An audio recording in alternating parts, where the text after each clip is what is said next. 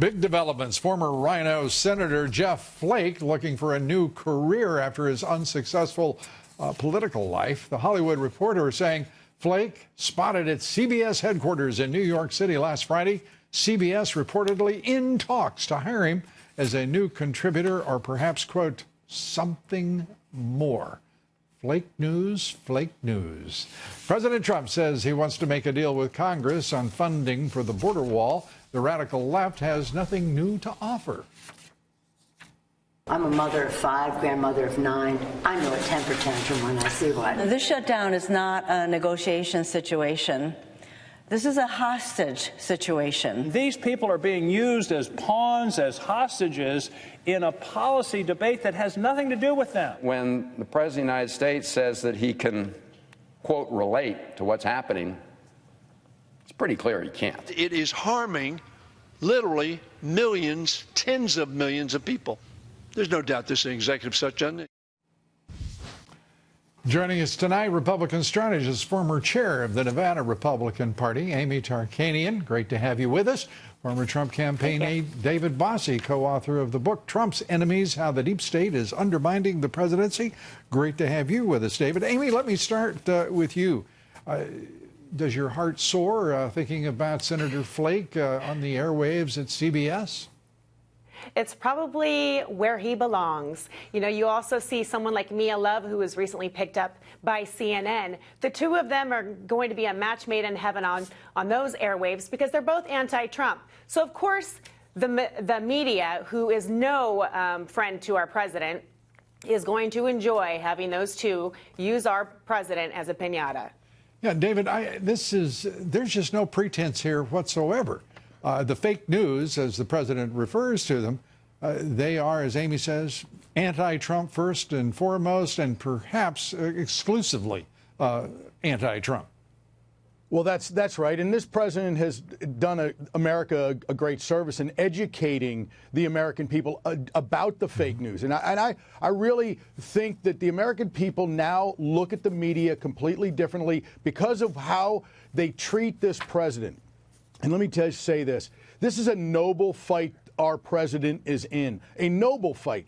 He is fighting for every American, every single one of them. He is not fighting for people who want to come here illegally. He is fighting for the American men and women, the workers in this country, the families of this country, to protect them from the murderers and from the drugs and from the human traffickers. That's what this fight is, and I think the American people see it.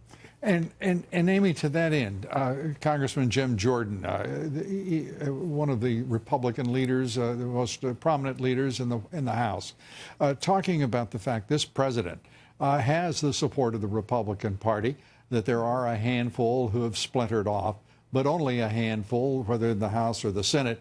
How significant, how substantial, and how sustainable is that support on the government shutdown and getting funding for the border wall?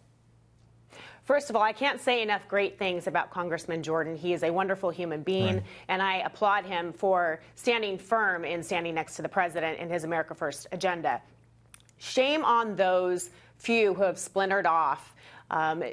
It is vital that we do keep our borders strong. It is vital that we move forward with the plan that the president has put forward to the nation.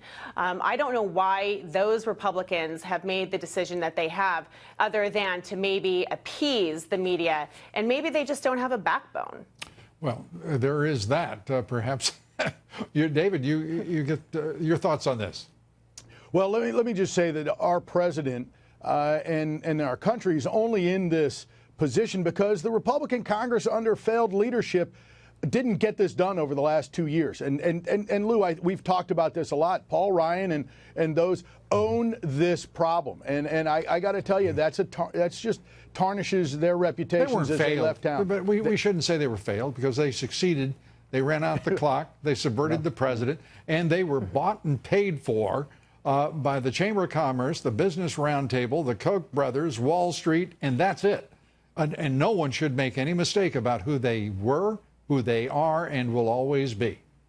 That's exactly right, Lou. The American people need to continuously be reminded of that. And we're in this position today because this president has decided that the safety and security of all Americans are above politics, and the Democrats are being shown as just doing that to try to attack him for 2020. I want to get both of your reactions to President Obama back in 2014, and he said this, if we could roll this rather interesting expression from the former president. We now have an actual humanitarian crisis on the border that only underscores the need to drop the politics and fix our immigration system once and for all.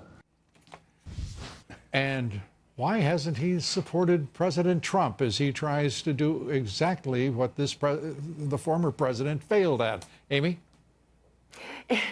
It's astounding, isn't it? Because it's almost word verbatim to what President Trump has actually said himself.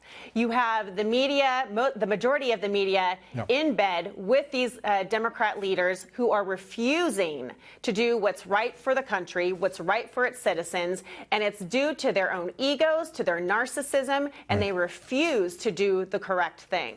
David, you got about 15 seconds for the last word, please. The Democrat leadership in the House and Senate hate this president more than they love this country. And that's the fundamental problem that we have today, and we're going to have it for the next 2 years as they move to do everything they can to undermine and destroy this president. And he's fighting back, and that's what they're not used to.